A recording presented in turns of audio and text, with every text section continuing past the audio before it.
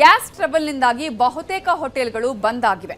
ಬಂದಾಗದೇ ಇರುವಂತಹ ಹೋಟೆಲ್ಗಳು ಕೆಲವೊಂದಷ್ಟು ಮೆನುಗಳಲ್ಲಿ ಬದಲಾವಣೆ ಮಾಡಿಕೊಂಡು ಗ್ರಾಹಕರಿಗೆ ಸರ್ವಿಸ್ ಕೊಡ್ತಾ ಇವೆ. ದೊಡ್ಡ ದೊಡ್ಡ ಹೋಟೆಲ್ಗಳ ಕತೆ ಒಂದ್ ಕಡೆಯಾದ್ರೆ ಚಿಕ್ಕ ಚಿಕ್ಕ ಹೋಟೆಲ್ಗಳು, ಬೀದಿ ಬದಿ ವ್ಯಾಪಾರಿಗಳ ಪರಿಸ್ಥಿತಿಯೇ ಬೇರೆ ಇದೆ. ಸಿಲಿಂಡರ್ ಸಿಗದೆ ಆ ಕಡೆ ಆದಾಯವೂ ಇಲ್ಲದೆ ವ್ಯಾಪಾರವೂ ಇಲ್ಲದೆ ತಮ್ಮ ಕುಟುಂಬವನ್ನ ನಾವು ಕಳೆಯೋದು ಹೇಗೆ, ಯಾವ ರೀತಿಯಾಗಿ ನಾವು ಜೀವನ ನಡೆಸೋದು ಅನ್ನುವಂತಹ ಪರಿಸ್ಥಿತಿಯಲ್ಲಿದ್ದಾರೆ. ಬೀದಿ ಬದಿ ವ್ಯಾಪಾರಿಗಳು ಶಾಪ್ಗಳನ್ನು ಕ್ಲೋಸ್ ಮಾಡುವಂತಹ ಆತಂಕದಲ್ಲಿದ್ದಾರೆ.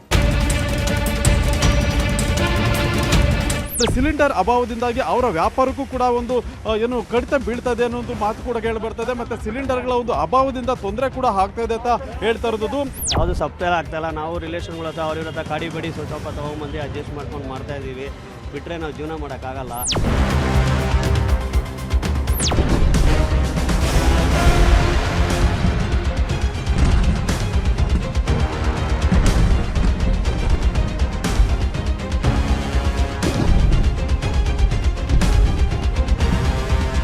ಯುದ್ಧ ನಡೀತಾನೆ ಇದೆ, ಸಂಕಷ್ಟ ಮುಂದುವರಿತಾನೆ ಇದೆ. LPG ಕೊರತೆ ದೇಶವನ್ನ ಕಾಡುತ್ತಿದೆ. ಹೋಟೆಲ್ಗಳಿಗೆ ಕಮರ್ಷಿಯಲ್ ಸಿಲಿಂಡರ್ ಸಿಗದೆ ಹೋಟೆಲ್ಗಳನ್ನ ಬಂದ್ ಮಾಡೋ ಪರಿಸ್ಥಿತಿ ನಿರ್ಮಾಣವಾಗಿದೆ. ಈಗಾಗಲೇ ಬಹುತೇಕ ಹೋಟೆಲ್ಗಳು ಬಂದ್ ಆಗಿದ್ದು, ಗ್ಯಾಸ್ ಟ್ರಬಲ್ ಬೀದಿ ಬದಿ ವ್ಯಾಪಾರಿಗಳಿಗೆ ಸಂಕಷ್ಟ. ವ್ಯಾಪಾರವಿಲ್ಲ, ಆದಾಯವಿಲ್ಲ, ಬೀದಿ ಬದಿ ವ್ಯಾಪಾರಿಗಳ ಬದುಕು ದುಸ್ತರ. ಕಮರ್ಷಿಯಲ್ ಗ್ಯಾಸ್ ಅಲಭ್ಯತೆಯಿಂದ ಹೋಟೆಲ್ ಉದ್ಯಮದ ಮೇಲೆ ದೊಡ್ಡ ಹೊಡೆತ ಬಿದ್ದಿದೆ. 50%ಗೂ ಹೆಚ್ಚು ಹೋಟೆಲ್ ಬಂದಾಗಿದ್ದು, ಇನ್ನು ಕೆಲವೇ ದಿನಗಳಲ್ಲಿ ಉಳಿದ ಹೋಟೆಲ್ಗಳು ಬಂದಾಗೋ ಸಾಧ್ಯತೆ ಇದೆ. ಕೆಲವು ಹೋಟೆಲ್ಗಳಲ್ಲಿ ಹೆಚ್ಚು ಗ್ಯಾಸ್ ಬೇಕಾಗುವ ತಿಂಡಿ, ಆಹಾರ ಪದಾರ್ಥಗಳನ್ನ ಮೆನುವಿನಿಂದ ಕೈಬಿಡಲಾಗಿದೆ. ಕೆಲವು ಹೋಟೆಲ್ಗಳಲ್ಲಿ ವಿದ್ಯುತ್, ಕಟ್ಟಿಗೆ ಒಲೆಗಳಂಥ ಪರ್ಯಾಯ ವ್ಯವಸ್ಥೆ ಮಾಡಿಕೊಳ್ಳಲಾಗಿದೆ. ಆದರೆ ಅದಕ್ಕೂ ಹಲವು ರೀತಿಯ ಸಮಸ್ಯೆಗಳಿವೆ. ಇದಿಷ್ಟು ಮಾತ್ರ ಅಲ್ಲ, ಗ್ಯಾಸ್ ಕೊರತೆಯಿಂದ ಪಿಜಿಗಳು, ವಸತಿ ನಿಲಯಗಳು, ಕ್ಯಾಟರಿಂಗ್ ವ್ಯವಸ್ಥೆಗೂ ಅಡ್ಡಿ ಉಂಟಾಗಿದೆ. ಇನ್ನೂ ಒಂದೆರಡು ದಿನದಲ್ಲಿ ಅನಿಲ ಪೂರೈಕೆ ಸಮಸ್ಯೆ ಬಗೆಹರಿಯದಿದ್ರೆ ಈ ಎಲ್ಲ ವಲಯಗಳಲ್ಲಿಯೂ ಪರಿಸ್ಥಿತಿ ಹದಗೆಡಲಿದೆ.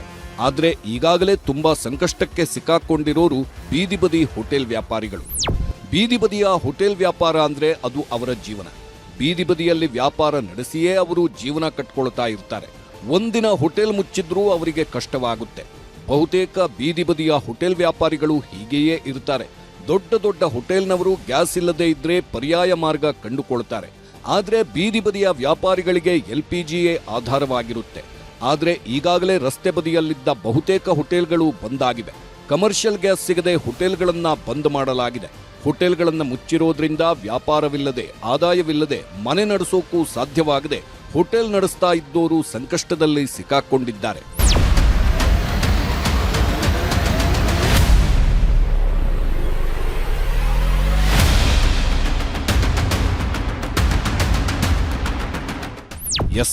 ಬೀದಿ ಬದಿಯ ವ್ಯಾಪಾರಿಗಳಿಗೆ ಗ್ಯಾಸ್ ಬಿಸಿ ತಟ್ಟಿದೆ. ಗ್ಯಾಸ್ ಅಭಾವದಿಂದ ವ್ಯಾಪಾರಿಗಳು ಕಂಗಾಲಾಗಿದ್ದಾರೆ. ಹೆಚ್ಚು ಗ್ಯಾಸ್ ಖರ್ಚಾಗುತ್ತೆ ಅಂತ ತಿಂಡಿ ತಯಾರಿಕೆ ಪ್ರಮಾಣದಲ್ಲೂ ಕಡಿತ ಮಾಡಲಾಗಿದೆ. ಗ್ಯಾಸ್ ಇನ್ನು ಕೆಲವೇ ದಿನಗಳಲ್ಲಿ ಮುಗಿಯಲಿದ್ದು, ಆಮೇಲೆ ಖಂಡಿತ ಹೋಟೆಲ್ ಮುಚ್ಚಬೇಕಾಗುತ್ತೆ ಅಂತಿದ್ದಾರೆ ಹೋಟೆಲ್ ಮಾಲೀಕರು. ಇನ್ನೂ ಕೆಲವು ಮಂದಿ ಗೃಹ ಬಳಕೆ ಸಿಲಿಂಡರ್ ತಂದು ವ್ಯಾಪಾರ ಮಾಡುತ್ತಿದ್ದಾರೆ. ಕಮರ್ಷಿಯಲ್ ಸಿಲಿಂಡರ್ ಸಿಗದೆ ಮನೆಯಿಂದ ಸಿಲಿಂಡರ್ ತಂದಿದ್ದೀವಿ ಅಂತಿದ್ದಾರೆ. ಒಟ್ನಲ್ಲಿ ಬೀದಿ ಬದಿಯ ಹೋಟೆಲ್ ಮೂಲಕ ಜೀವನ ನಡೆಸೋಕೆ ಏನೇನೋ ಕಷ್ಟಪಡ್ತಾ ಇದ್ದಾರೆ. ಬೆಂಗಳೂರಿನಲ್ಲಿರೋ ಬಹುತೇಕ ಬೀದಿ ಬದಿಯ ಹೋಟೆಲ್ಗಳದ್ದು ಇದೇ ಪರಿಸ್ಥಿತಿ. ಮೆಜೆಸ್ಟಿಕ್ನಲ್ಲಿರುವ ಕೆಲವು ಬೀದಿ ಬದಿ ಹೋಟೆಲ್ ಕ್ಲೋಸ್ ಆಗಿದೆ. ಕೆಲವೊಂದು ಹೋಟೆಲ್ಗಳು ಓಪನ್ ಇದ್ರೂ ಮೆನುವಿನಲ್ಲಿ ಭಾರೀ ಬದಲಾವಣೆ ಮಾಡಿಕೊಂಡಿವೆ. ಕೆಲವು ತಿಂಡಿಗಳನ್ನು ತಯಾರಿಸಿ ಗ್ರಾಹಕರಿಗೆ ನೀಡೋ ಕೆಲಸ ಮಾಡ್ತಿವೆ.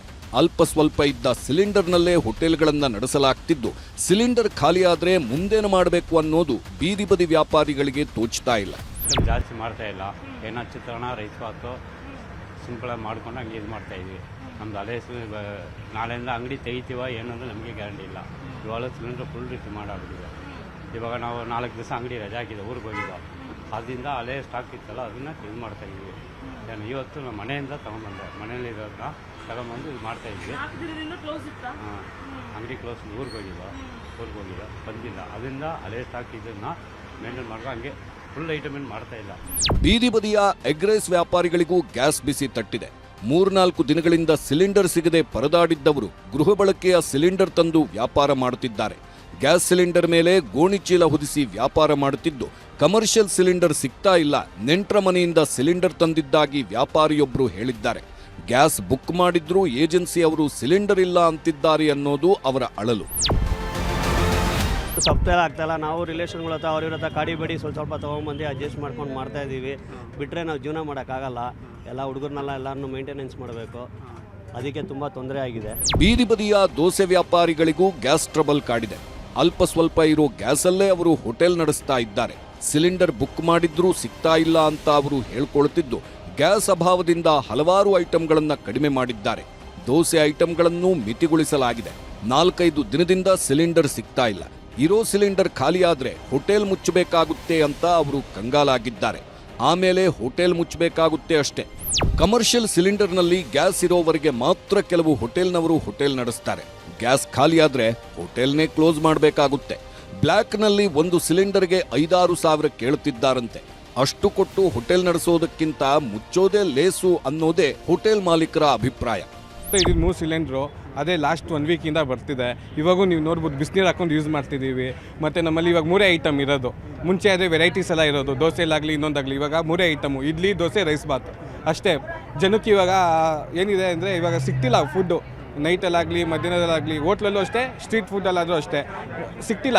ಸಿಲಿಂಡ್ರ್ ಇಲ್ದಿರ ನಮಗೆ ವಡೆ ಇಲ್ಲ. ಇವಾಗ ಎಷ್ಟೊಂದು ಜನ ವಡೆ ಕೇಳ್ತಾರೆ, ಇದು ಮಾಡ್ತಾರೆ. ಮತ್ತು ಲೈವ್ ನಾವು ಏನಂದರೆ ಲೈವ್ ಕೊಡ್ತೀವಿ, ದೋಸೆ ಆಗಲಿ ಇಡ್ಲಿ ಆಗಲಿ. ನಾವು ಇಕ್ಕಿ ಕೊನಂಗೂ ಇಲ್ಲ. ಅದರಿಂದ ನಮಗೆ ಸಿಕ್ಕಾಪಟ್ಟೆ ಪ್ರಾಬ್ಲಮ್ ಆಗ್ತಿದೆ. ಹೋಟೆಲ್ಗಳನ್ನ ಉಳಿಸೋದು ಗ್ಯಾಸ್ ಸಿಲಿಂಡರ್ಗಳ ಕೈಯಲ್ಲಿದೆ. ಆ ಗ್ಯಾಸ್ ಸಿಲಿಂಡರ್ ಪೂರೈಕೆ ಮಾಡುವುದು ಕೇಂದ್ರ ಸರ್ಕಾರದ ಜವಾಬ್ದಾರಿಯಾಗಿದೆ. ರಾಜ್ಯದಲ್ಲಿ ಸಿಲಿಂಡರ್ ಅಭಾವದ ಬಗ್ಗೆ ಸಿಎಂ ಸಿದ್ದರಾಮಯ್ಯ ಬೆಂಗಳೂರಿನಲ್ಲಿ ಮಾತನಾಡಿದ್ದಾರೆ. ಕೇಂದ್ರ ಸರ್ಕಾರ ಅಗತ್ಯ ಅನಿಲ ಪೂರೈಕೆ ಮಾಡಲಿ, ಇದರಲ್ಲಿ ಮಲತಾಯಿ ಧೋರಣೆ ಮಾಡಬಾರದು ಎಂದಿದ್ದಾರೆ. ಹೋಟೆಲ್ಗಳ ಮೇಲೆ ಅವಲಂಬಿತರಾಗಿರ್ತಕ್ಕಂಥವ್ರು ಬಹಳ ಜನ ಇದ್ದಾರೆ. ಹೋಟೆಲ್ಗಳಲ್ಲಿ ನಿಲ್ಲಿಸ್ಬಿಟ್ರೆ ಬಹಳ ಕಷ್ಟ ಆಗ್ತದೆ. ಇಡೀ ಜನಜೀವನ ಅಸ್ತವ್ಯಸ್ತ ಆಗ್ತದೆ ಅಂತಕ್ಕಂಥ ಮಾತು ಸಂದರ್ಭದಲ್ಲಿ ಹೇಳಿ ಕೇಂದ್ರ ಸರ್ಕಾರ ಕನ್ಸರ್ನ್ ಮಿನಿಸ್ಟ್ರು ಸಿಂಗ್ ಅವರು, ಪೂರಿ ಅವರು ತೊಂದರೆ ಆಗದಿದ್ದರೆ ನೋಡ್ಕೋತೀವಿ ಅಂತ ಹೇಳಿದ್ದಾರೆ. ಅದು ಕೂಡಲೇ ಮಾಡಲಿ ಅಂತ ಹೇಳಿ ಒತ್ತಾಯ ಮಾಡಿ ಅವರು ಸಪ್ಲೈ ಮಾಡಲಿ. ಕರ್ನಾಟಕಕ್ಕೆ ಅವರು ಮಲ್ತಾಯಿ ಧೋರಣೆ ತೋರಿಸ್ತಾ ಇರ್ಬೋದಲ್ಲ. ಹಾಗಾದ್ರೆ ಸಪ್ಲೈ ಮಾಡಲಿ, ಕರ್ನಾಟಕಕ್ಕೆ ನಾವು ಇಟ್ಕೊಂಡು ಏನು ಮಾಡ್ತೀವಿ. ಹೋಟೆಲ್ಗಳಿಗೆ ಇನ್ನೂ 1 ವಾರ ಸಮಸ್ಯೆ ಇರುತ್ತೆ. ಇನ್ನು ಭಾರತಕ್ಕೆ 12 ಹಡಗುಗಳು ಬರಬೇಕಿವೆ. ಈಗ 2 ಹಡಗುಗಳು ಭಾರತಕ್ಕೆ ಬರಲು ಪ್ರಯಾಣ ಬೆಳೆಸಿವೆ. 1 ವಾರ ಅಥವಾ 10 ದಿನಗಳಲ್ಲಿ ಸಮಸ್ಯೆ ಸರಿ ಹೋಗುತ್ತೆ. ಕಾಳಸಂತೆಯಲ್ಲಿ ವಾಣಿಜ್ಯ ಸಿಲಿಂಡರ್ ಮಾರಲು ಅವಕಾಶವಿಲ್ಲ ಎಂದಿದ್ದಾರೆ ಆಹಾರ ಸಚಿವ KH ಮುನಿಯಪ್ಪ. ಸುಮಾರು 4 ಗಂಟೆಗೆ ಬರೋಕ್ಕೆ ಹೇಳಿದ್ದೀವಿ. CS ಅವರು ಮೀಟಿಂಗ್ ಮಾಡ್ತಾರೆ, ಅವ್ರ ಜೊತೆಯಲ್ಲಿ ಅಪ್ಡೇಟ್ ಮಾಡ್ತಾರೆ. ಬಹುತೇಕ ನಿಧಾನವಾಗಿ ಸಾಲ್ವ್ ಆಗ್ತದೆ. 2 ಹಡಗು ಬಂದಿರೋದ್ರಿಂದ ಅನುಕೂಲ ಆಗ್ತದೆ. ಆದದೆ ಅಂತೇಳಿ ವಾರ ನಿಂತಿಲ್ಲ, ಎಚ್ಚರಿಕೆಯಲ್ಲಿರಬೇಕು. ಬರ್ತದೆ ಅಂತೇಳಿ ಹೆಚ್ಚು ಖರ್ಚು ಮಾಡೋಕ್ಕೆ ಹೋಗಬಾರ್ದು. ಬಹಳ ಸೂಕ್ಷ್ಮವಾಗಿ ಮಿತಿವ್ಯಯದಲ್ಲಿ ನಡೀತಾ ಇರಬೇಕು. ಪೂರ್ತಿ ಪ್ರಮಾಣದಲ್ಲಿ ಸರಿ ಹೋಗೋವರೆಗೂ ಎಚ್ಚರಿಕೆಯಿಂದ ಮಾಡಬೇಕು. ಶೀಘ್ರದಲ್ಲೇ 20% ವಾಣಿಜ್ಯ ಗ್ಯಾಸ್ ಪೂರೈಕೆಯ ನಿರೀಕ್ಷೆ ಇದೆ. 20% ಪೂರೈಕೆಯಾದರೂ ಸಮಸ್ಯೆ ಇತ್ಯರ್ಥ ಆಗಲ್ಲ ಅನ್ನೋದು ಕೆಲವರ ವಾದ. ಏನೇ ಆದರೂ ಆದಷ್ಟು ಬೇಗ ಗ್ಯಾಸ್ ಎಲ್ಲರಿಗೂ ಸಿಗುವಂತಾಗಬೇಕು.